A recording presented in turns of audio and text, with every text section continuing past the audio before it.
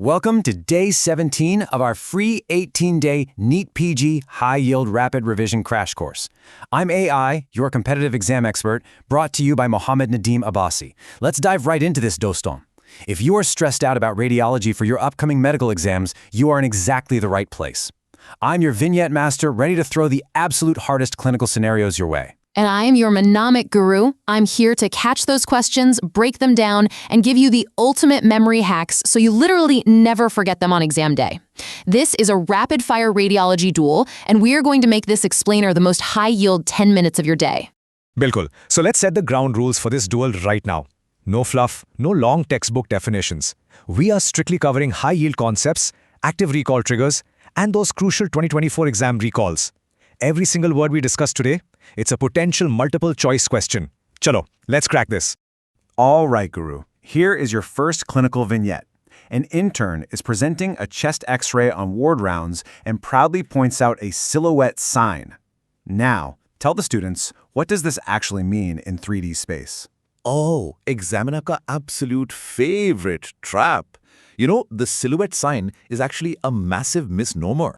The really crucial point here is that it should actually be called the loss of silhouette sign. Normally, adjacent structures with completely different densities, like your bright white heart and the black air-filled lungs, create this crisp, clean border. But if a disease process, let's say a pneumonia consolidation, fills the lung with fluid, uski density heart ke barabar ho jati hai. When two structures of the exact same density touch, that border between them completely disappears. The silhouette is literally lost. Exactly. And this brilliantly illustrates how we localize pathology in 3D space just from a flat 2D image. Chalo, rapid fire round. What if you lose the right heart border? Touches the right middle lobe. Beautiful. What about the left heart border or the apex? Lingular. The right hemidiaphragm? Right lower lobe. And the left hemidiaphragm? Left lower lobe. Guys, isko ekdam rat lo. If they tell you the right heart border is obliterated in a vignette, you click right middle lobe consolidation and you move on to the next question in 5 seconds flat. Moving right along, let's pivot straight into emergency neuroradiology. एक 25 साल का patient ER में आता है after a high-speed road traffic accident. The non-contrast CT shows a bright biconvex bleed. What is the diagnosis here and anatomy क्या है? Okay, to guarantee active recall on this, bas tufel yad rakna. Lemon versus banana. Epidural hematoma, or EDH, is your lemon. It's biconvex or lens-shaped. Why? Because the bleed from the middle meningeal artery gets tightly restricted by the skull's suture lines, exactly where the dura is firmly attached. So it bulges inward just like a lemon. Right. And what about the subdural hematoma, the SDH? That one is your banana. It's a crescent-shaped bleed caused by the tearing of bridging cortical veins. Since it is below the dura, it isn't restricted by those suture lines, meaning it just spreads out along the curve of the skull, looking exactly like a crescent moon. Or a banana. ध्यान से सुनो सब लोग, because here is a huge 2024 exam recall update. We all know acute bleeds are hyperdense, right? They show up bright white on a CT scan. But what happens over time? Such a huge point here. In the 2024 paper, they specifically asked about a chronic SDH. Over a few weeks, that blood breaks down and actually becomes hypodense. It turns dark on the CT.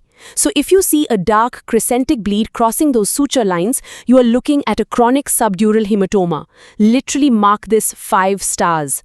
Perfect. Now let's really challenge you on ultrasound physics. Examiners ko baat pasand hai testing if you actually understand how the machines themselves work. So, can you match the 4 core ultrasound modes to their high-yield clinical uses? Challenge accepted. Let's break it down. A mode stands for amplitude. Think 1D spikes. This is used primarily in ophthalmology to measure the axial length of the eyeball. Then you have B mode, which stands for brightness. This is your standard, everyday 2D grayscale clinical ultrasound. M mode is for motion.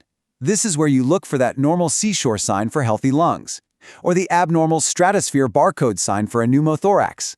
And finally, Doppler. That relies on the Doppler shift to give us blood flow velocity and direction. Rapid-fire accuracy. Love it. Let's shift gears over to oncology and radiobiology. Now, this is a classic multiple-choice trap. The examiner asks you to differentiate between early and late radiation therapy side effects.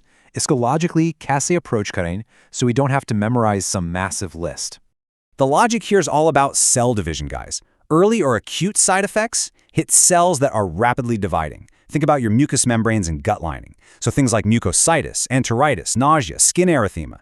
These happen really quickly, usually during or right after treatment. Late or chronic side effects, on the other hand, hit the slow-dividing stromal tissues, months or even years down the line. Exactly. And this is exactly where students get tricked.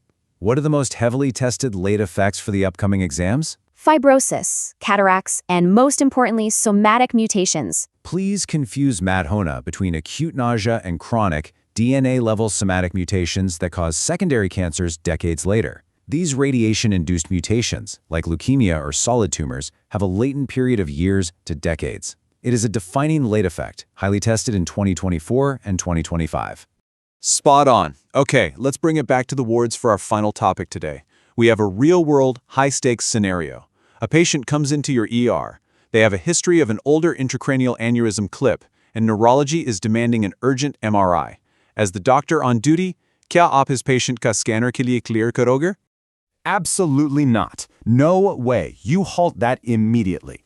Listen, MRI-safe items are non-ferromagnetic. This includes titanium implants, modern IUCDs, and standard cholecystectomy clips. But MRI strictly contraindicated items are ferromagnetic. Older cardiac pacemakers will literally short-circuit. Metallic foreign bodies in the eye will tear right through the optic nerve.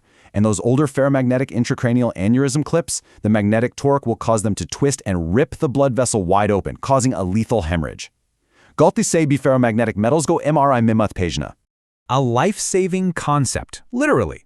To wrap this whole explainer up, let's walk through the actual physical layout of an MRI facility. Protocols paid direct questions out there. So what are the 4 MRI safety zones, and which one actually houses the scanner itself? It's all about a progressive restriction of access. Zone I is the general public area, completely safe. Zone 2 is the buffer zone, usually the reception or dressing room where we screen our patients. Zone 3 is the highly restricted control room. Only fully screened patients and MRI personnel go in there. And finally, Zone 4 is the magnet scanner room itself. This is the room that contains the invisible 5-Gauss line, where the magnetic field becomes strong enough to affect pacemakers and violently pull ferromagnetic objects. Zone 4 is where the beast lives. Iskiage, no mistakes allowed. Incredible breakdown. We have covered CXR silhouettes, head trauma CTs, ultrasound physics, radiology, and MRI safety in record time. You are armed and totally ready. Now that's how you do a rapid revision.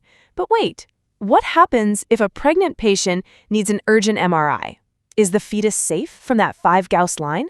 Think about it, and we will reveal the answer in our next session. Subscribe to Lock These Marks. Let's conquer NEET PG 2026. Project पर switch कीजिए. Click right here on your screen to jump straight into the next day's high-yield module, or click below to check out the full integrated master playlist presented by Mohammad Nadeem Abbasi. Let's keep the momentum going. Click now, and I'll see you in the next session.